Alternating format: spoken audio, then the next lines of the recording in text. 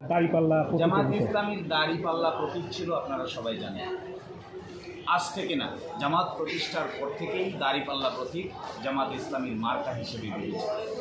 বাংলাদেশের সকল সংসদীয় নির্বাচনে জামাত ইসলামী দাড়িপাল্লা প্রতীক নিয়েই অংশগ্রহণ করেছে এবং সবসময় সংসদে আসন সংখ্যা নিশ্চিত করে সরকারেও অংশগ্রহণ করেছে এই দাড়িপাল্লা প্রতীক নিয়ে।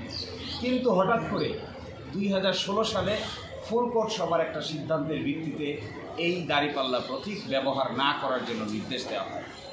আমরা সেটিও আদালতে তুলেছিলাম। আজকে সেটির উপরে আংশিক শুনানি হয়েছে। এই প্রতীক সংক্রান্ত বিষয়ে আগামীকালকে সকাল 9টায় 1 নম্বর আইটেম হিসেবে শুনানি হবে। এরই মধ্যে আমরা চিন্তা ভাবনা করে আগামীকালকে আদালতের সামনে আমাদের বক্তব্য উপস্থাপন করব। জনজীবনী কোর্ট একটা দেশের রাজনৈতিক দলের কি বলতে চেয়েছিলেন প্রধান বিচারপতি?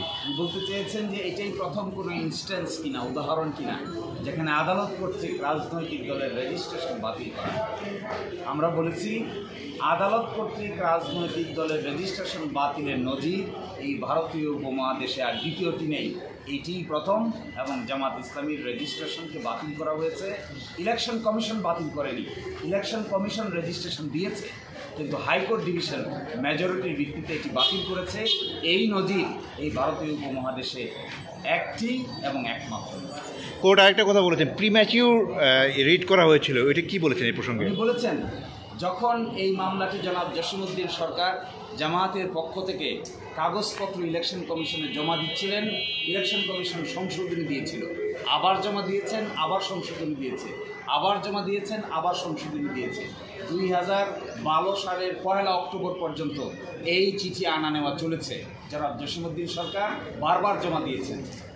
হাইকোর্টের মাইনরিটি জাজ বলেছেন এইভাবে যখন একটি প্রক্রিয়া কোনো সাংবিধানিক প্রতিষ্ঠানের সামনে চলমান থাকে আর এই চলমান অবস্থায় হাইকোর্ট বিভাগ যখন এটিকে বাতিল করে তখন এটি মূলত প্রিম্যাচিওর, অর্থাৎ ঘোড়ার আগেই গাড়ি জুড়ে দেওয়া হয়েছে। ইসির পজিশন নিয়ে কি বলেছে? ইসি কি বলেছে? ইসি বলেছেন যে ইসিও স্বীকার করেছেন, ইলেকশন কমিশন স্বীকার করেছেন যে যখন এই বিষয়টি আমাদের বিবেচনাধীন ছিল, জামাত ইসলামী তার গঠনতন্ত্র সংশোধন করে ইলেকশন কমিশনে জমা দিয়েছিল, সেই সময় আমরা বিবেচনা করছিলাম।